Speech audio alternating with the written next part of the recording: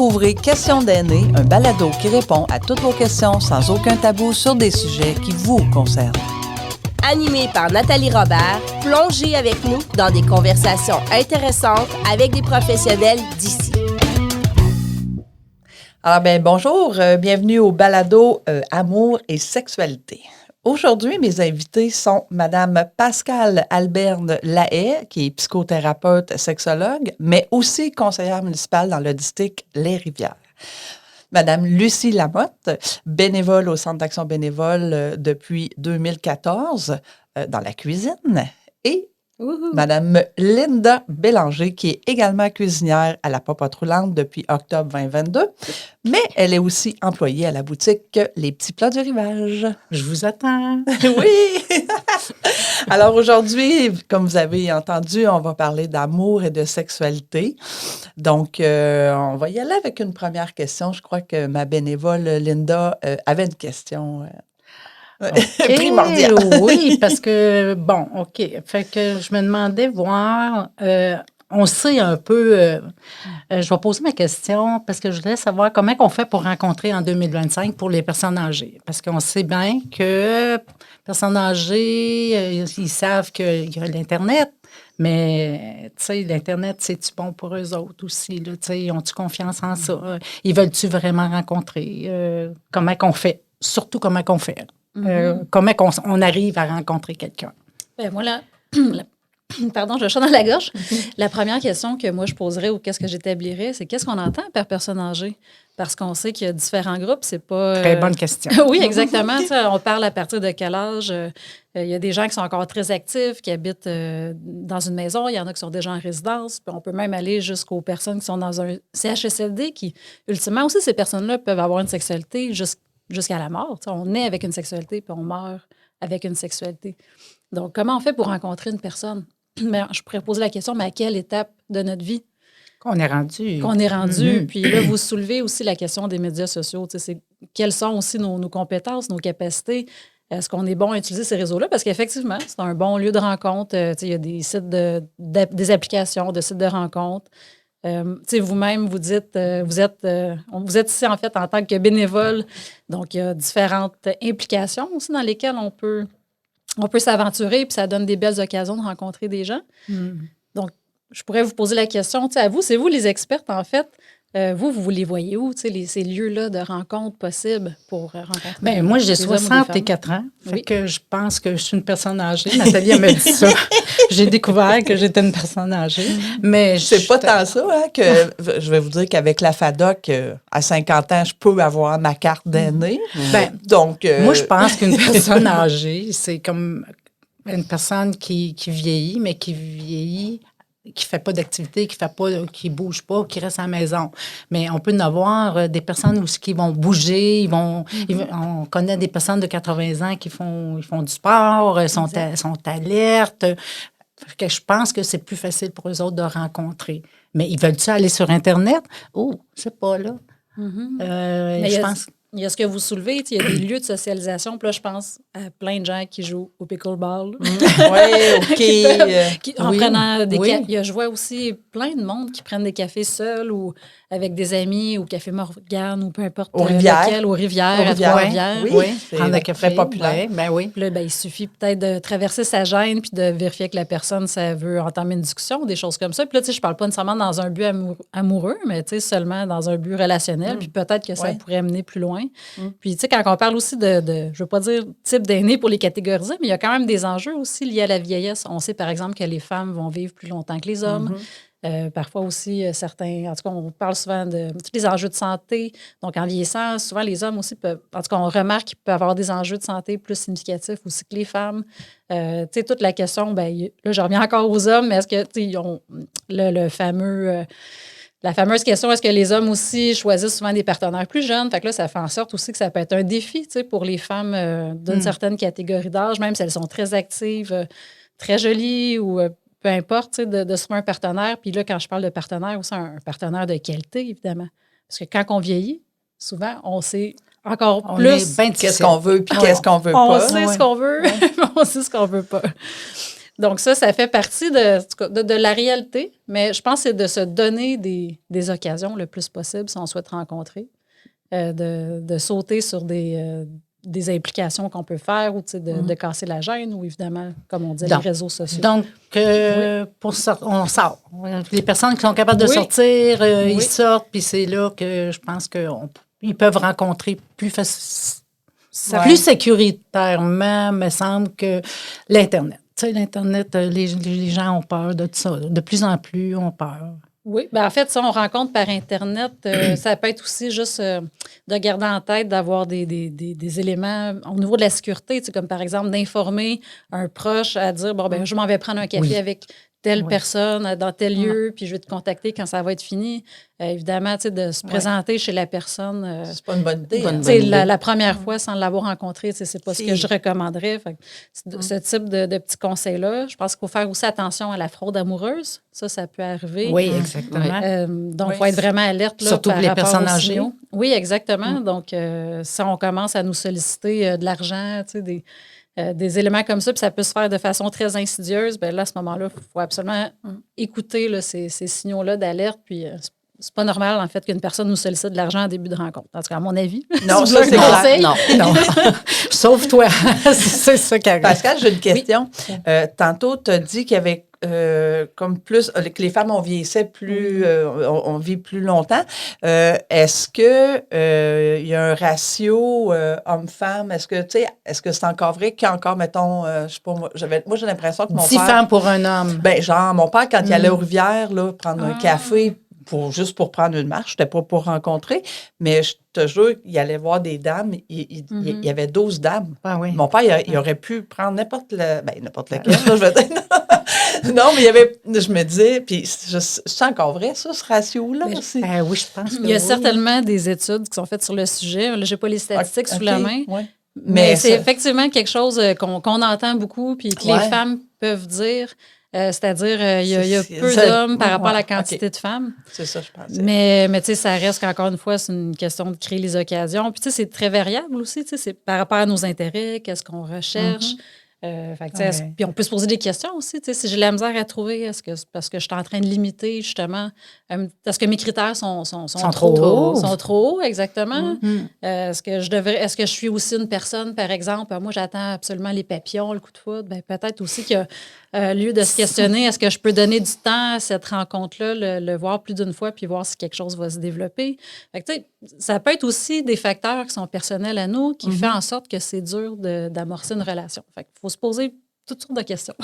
Puis est-ce qu'on rencontre comme on rencontrait quand on était jeune? Est-ce que ça se poursuit? Tu sais, si on a toujours été difficile en amour, est-ce que rendu plus vieille, c'est la même chose, on continue? Je pense pas, moi. Toi, tu penses qu'on change, qu'on évolue? Oui. Puis on est aussi difficile. Ah oui? Parce que moi, je suis célibataire. Veux-tu nous en parler?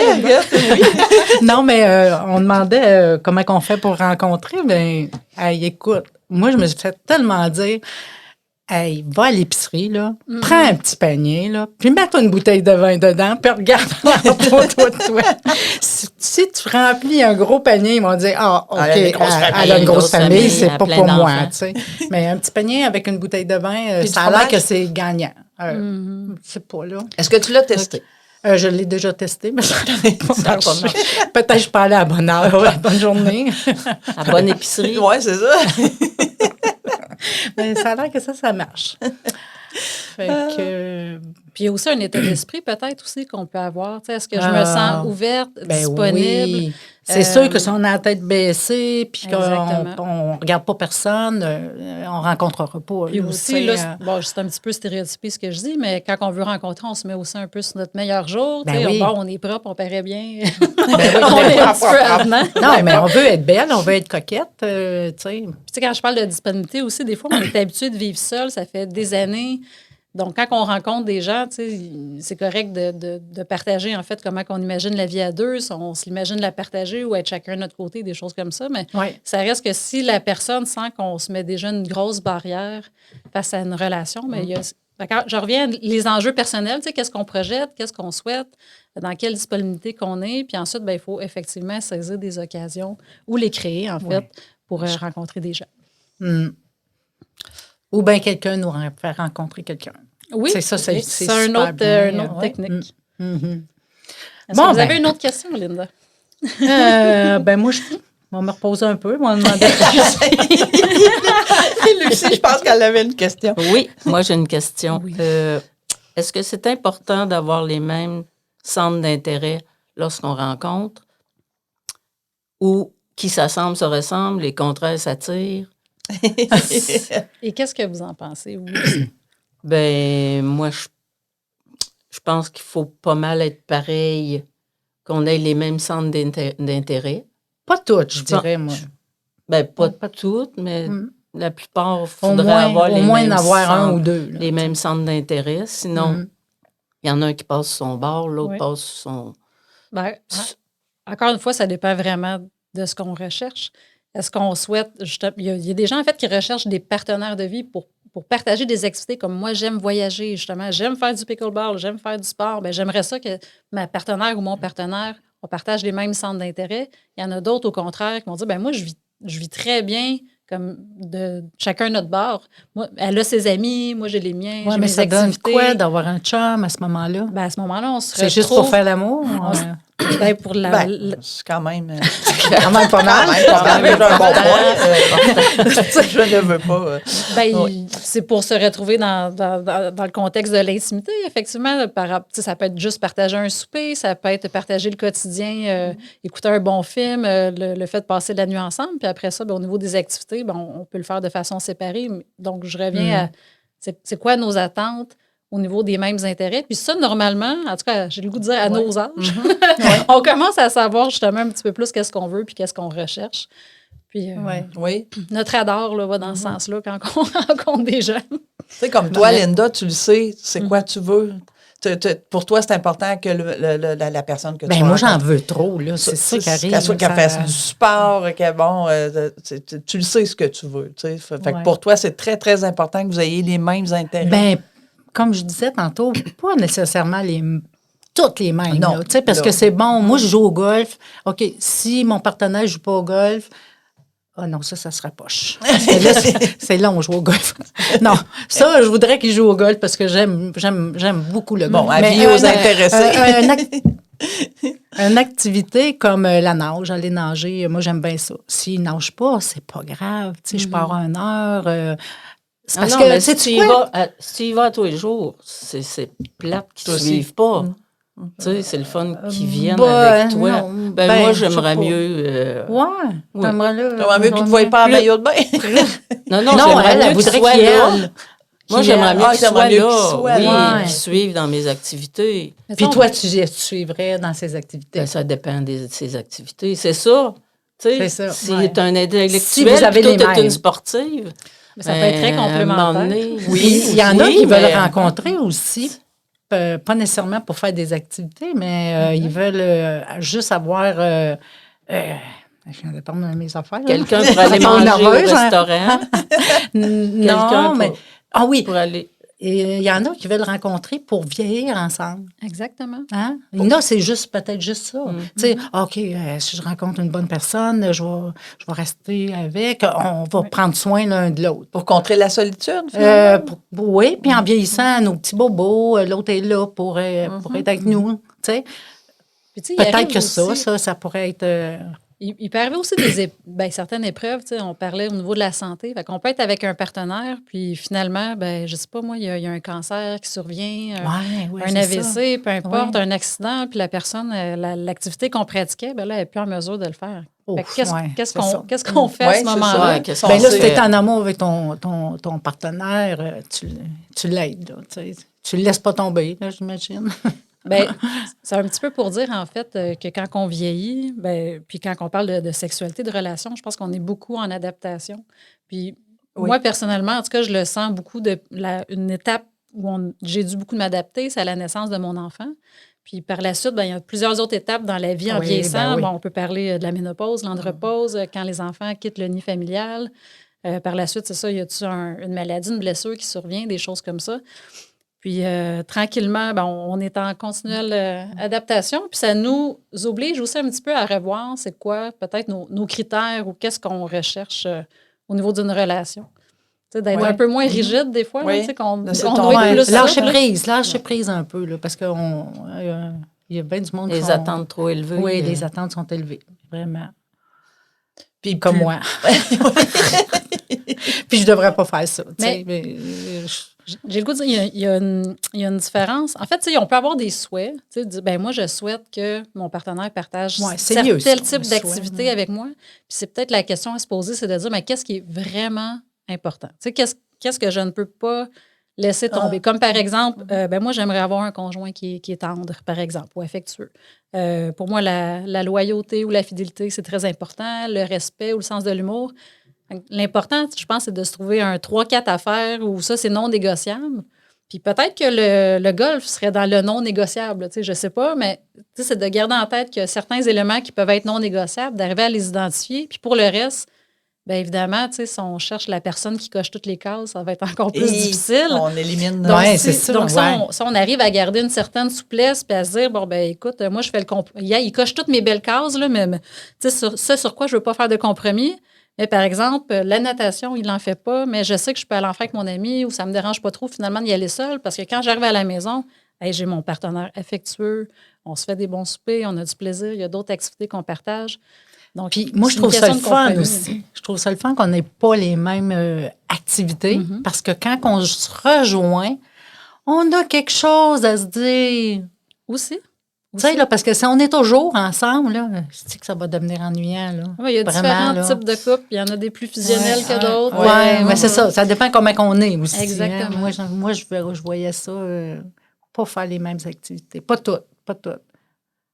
Mais, ouais, c'est ça. Je pense que tu avais une autre Peut-être. question, hein, Linda? Ouais, ben mon Dieu Seigneur. Hey, écoutez C'est la écoutez question, la là. question, celle-là. Moi, je dis, à quel âge peut-on, jusqu'à quel âge qu'on peut faire l'amour? Ay, ouf, ça, c'est gros, hein? Est-ce que vous voulez que je vous relance la question? Ben, moi, je suis rendue à 64 ans, puis là, j'ai pas de problème encore, mais mettons, à 65, je commence à avoir des problèmes, des petits problèmes, puis peut-être que le goût s'en va, tu sais. Je pense que la première chose aussi, c'est comment qu'on définit c'est quoi une relation sexuelle ou c'est quoi faire l'amour. Je pense qu'il y a très longtemps, en fait, il y a une certaine époque, là, on a beaucoup associé la sexualité à la reproduction. Donc, forcément, la pénétration, les rapports génitaux prenaient beaucoup de place dans notre définition de la relation sexuelle. Oui. Ensuite, dans les années 60-70, on a Master Johnson qui ont aussi défini c'est quoi la courbe de la réponse sexuelle. Fait qu'on parle du désir, de l'excitation, l'éjaculation, la période de résolution. Puis ça, c'est venu un petit peu cristalliser aussi notre idée de c'est quoi une relation sexuelle, que forcément, ça l'impliquait, c'est ça, une sexualité dite génitale ou la pénétration. Mais là, on parle dans un couple hétérosexuel, là. Donc, vous me demandez jusqu'à quel âge qu'on fait l'amour? Ben moi, je vais vous dire, ça dépend qu'est-ce qu'on entend par faire l'amour. Tu sais, est-ce que, je vous donne un exemple, une personne là, qui a un handicap, là, une paralysie, par exemple, puis cette personne-là n'arrive pas à avoir d'érection. Est-ce que quand il partage une sexualité avec sa conjointe ou d'autres types de caresses qui n'est pas de la pénétration, on va dire, cette personne-là ne fait jamais l'amour? Moi, je vais vous dire non. Non, elle fait. Non, pas du tout. Il fait Il y l'amour. a d'autres formes d'amour. Tu sais. Puis, en fait, c'est de dire on peut faire l'amour sans nécessairement qu'il y ait une pénétration ou de la sexualité génitale. Mais ça, c'est comment qu'on peut... c'est toute une question d'adaptation, encore une fois, puis comment qu'on redéfinit c'est quoi la sexualité ou la tendresse pour nous. Puis, tu sais, souvent, quand on vieillit, je parlais d'adaptation en termes à cause de notre santé, notre corps qui change, etc., les relations. Puis, effectivement, l'appétit sexuel aussi là, peut diminuer en vieillissant. Fait qu'on peut séparer, en fait, la sexualité génitale puis l'intimité. Puis, plus qu'on vieillit, ce qu'on voit, c'est plus qu'on est à la recherche, en fait, plus d'une intimité relationnelle. Fait que ça peut être par des caresses, de la tendresse.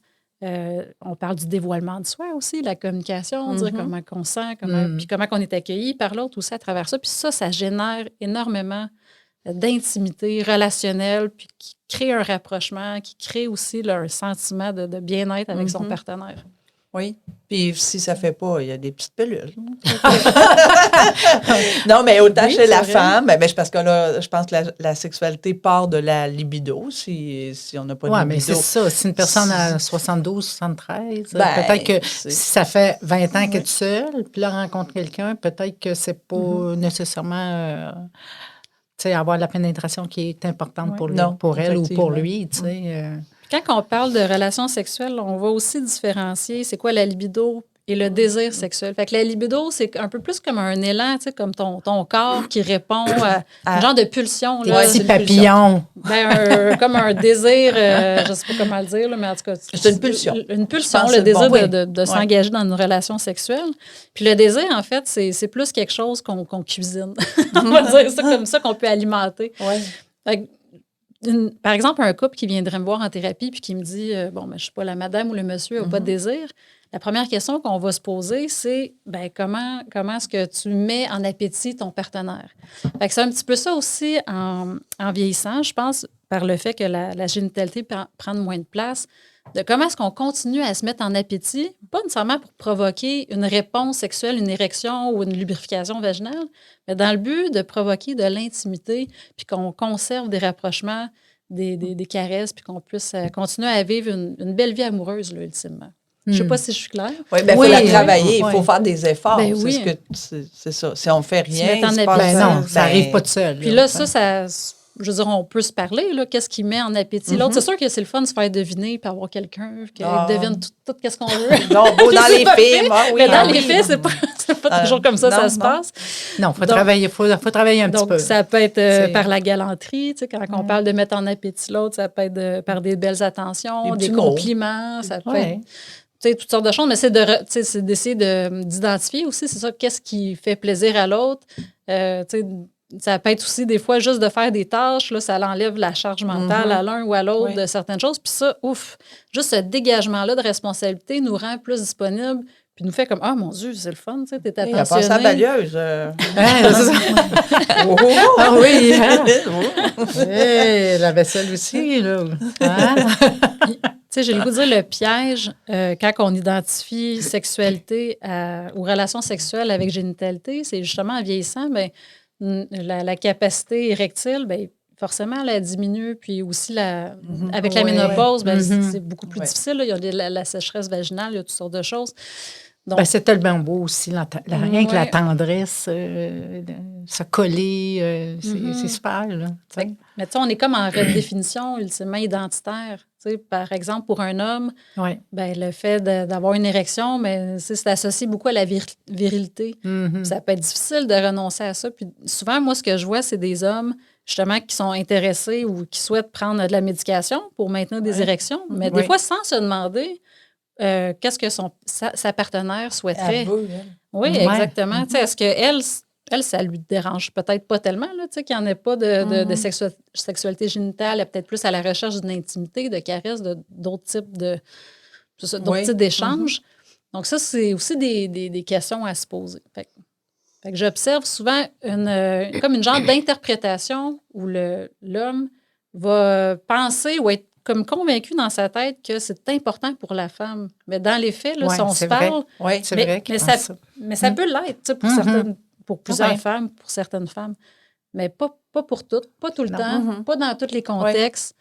Puis, Il faut se parler. il faut se parler. Hein? Je pense que c'est la communication la base d'une relation, qu'elle soit sexuelle ou... Parfait. Lucie, je crois que tu avais une autre question. Oui, à propos de comment on fait pour être à l'aise intimement dans une nouvelle relation, Hey, ça, c'est une bonne question. rendu une personne âgée. À là, ton âge, là. c'est ça, à mon âge, à ton âge, Linda. Oh. C'est une bonne question. Oui, c'est vrai. Puis, il y a comme plein d'histoires de cas. Tu sais, je pense à, par exemple, quelqu'un que ça fait 20 ans, 30 ans, qui était avec son partenaire, puis là, il y a un décès ou une séparation. Tu sais, c'est tout un autre type d'adaptation, je pense, de débuter une autre relation. Il y a des gens ou des personnes que ça fait des années qui sont célibataires, là, ils se retrouvent en relation. Ça aussi, Exact. c'est un autre genre Exact. d'adaptation. Fait que je pense qu'il y a plusieurs figures de cas. Puis, excuse-moi ta question. Si je suis en train de Comment me perdre. qu'on fait pour être à l'aise Intimement. Tu sais, Dans intimement, l'intimité, la première dans fois que tu l'intime. fais avec, l'amour. avec notre vieux corps? Tu sais, là, tu te déshabilles oui, devant oui. lui, là, puis ça fait 20 ans que tu t'as pas fait ça. Là. Oui. Ouh, ça doit être assez difficile. Là. Ben, j'ai le goût de dire que pour n'importe quelle relation, à n'importe quel âge, j'avoue. l'intimité, le dévoilement de soi, tu sais, la nudité, Oui, c'est vrai. C'est le partage. ça demande du communication. courage. Oui. Ouais. C'est vrai. Pensez, Linda, même, Oui. mettons, quand tu avais 20 ans, là. Oui. Ben, non, ça Voilà. allait mieux à 20 ans. Ah, il me semble que, oui. Oui, mais oui. Ben, c'est toujours gênant quand tu rencontres quelqu'un. La Puis lumière là, fermée. t'es- La lumière fermée, ça va tellement bien. La lumière fermée, oui. quand tu as 20 ans. Oui, mais quand tu as 68, quand montant, c'est encore mieux la fumée. Et comme je dis, il y a une part de courage dans le sens que là, on Ouais. est dans le dévoilement de son intimité, le dévoilement de soi.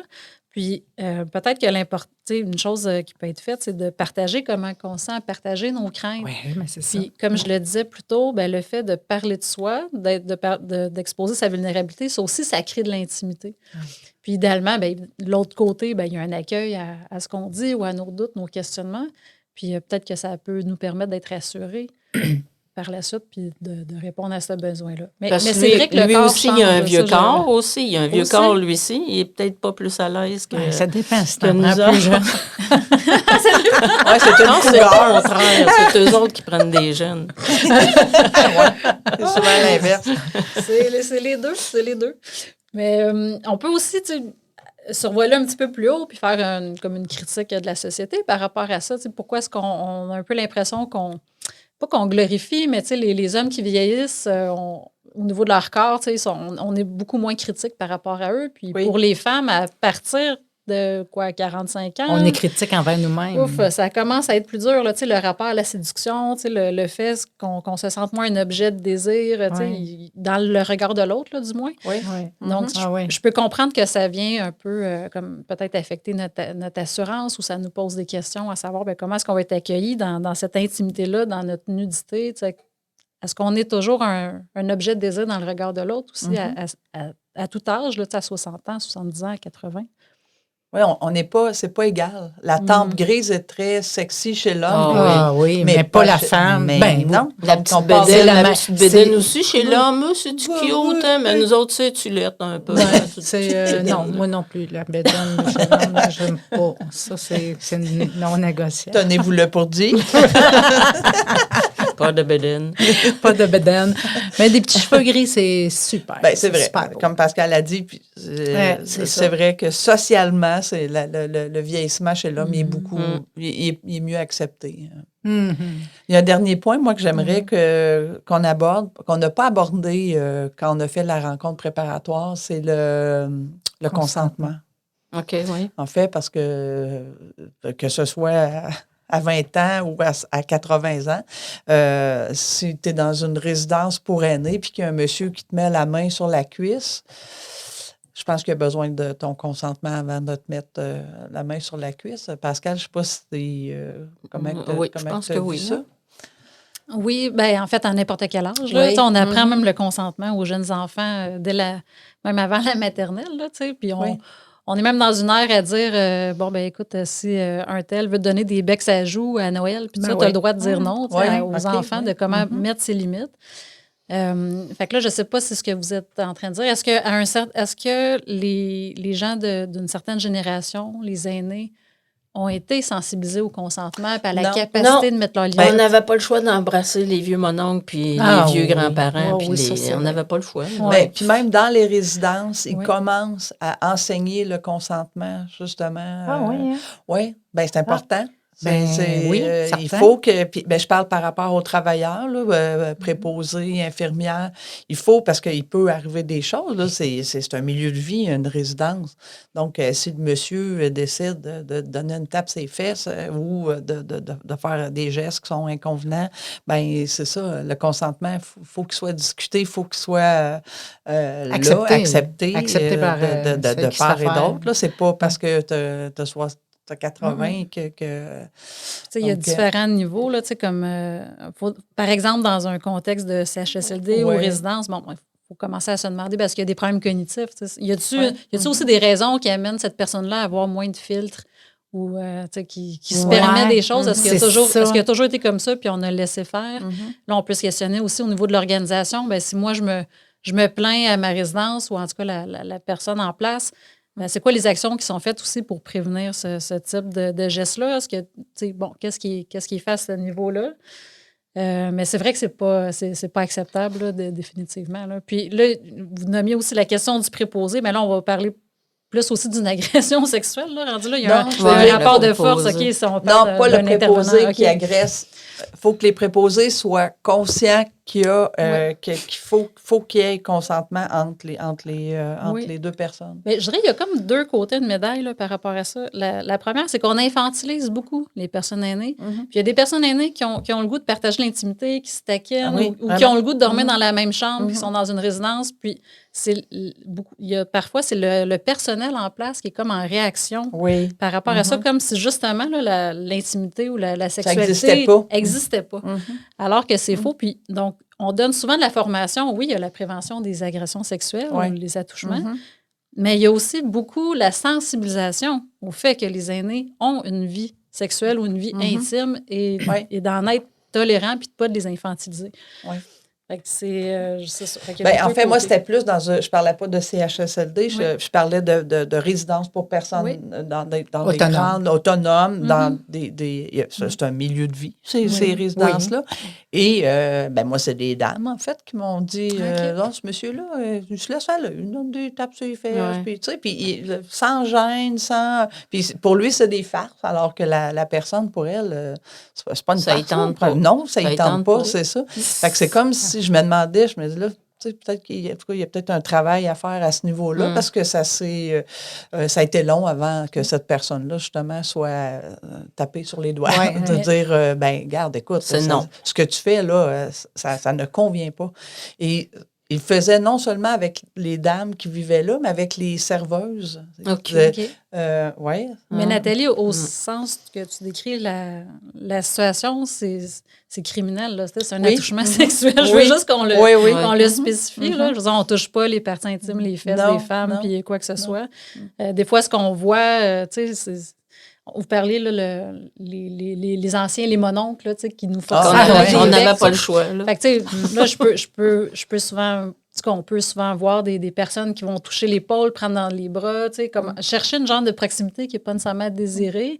Mais là, quand on vient à taper les fesses ou des choses comme ça, là, clairement que la limite est transgressée. Là, on peut s'entendre là-dessus. Puis la résidence peut faire une intervention. Puis il y a aussi un processus judiciaire. Ultimement, si la personne souhaite se renseigner sur ses droits, il y a toutes sortes d'options pour elle. Là. Effectivement. Mais c'est juste, en fin de compte, que les personnes qui se font faire ça, là, qui se laissent pas... Faut qu'ils en parlent. Faut qu'ils en parlent. S'ils n'aiment pas ça, si elle aime ça, se faire taper tes fesses, elle a le droit, là, tu sais. Mais il ira taper les fesses à tout le temps même. Là, mais c'est mieux de le dire aussi. Mais c'est quand même intéressant de dire qu'il y a peut-être un besoin d'éducation à la sexualité ou de prévention des agressions entre résidents. Là, on parle dans des maisons de personnes retraitées. Il y en aura de plus en plus. Hein? Il y en a déjà beaucoup juste ici à Trois-Rivières, dans le Bas-du-Cap. Il y en a un peu un autre. C'est une ville vieillissante, je pense. Hein? Oui, effectivement. Mesdames, c'est déjà terminé. Oui, ça a passé vite, hein? C'est le fun. Merci. Merci à vous trois, Linda, Lucie et Pascal. Merci beaucoup d'avoir accueilli. On te remercie, Nathalie. Merci. À bientôt. Au plaisir. Merci. Question d'aînés est un balado du Centre d'action bénévole du Rivage réalisé par la Gazette de la Mauricie. Ce projet a été financé par le gouvernement du Canada par le biais du programme Nouveaux Horizons pour les aînés. Les opinions et les interprétations figurant dans ce balado relèvent des participants et participantes et ne représentent pas nécessairement celles du gouvernement du Canada.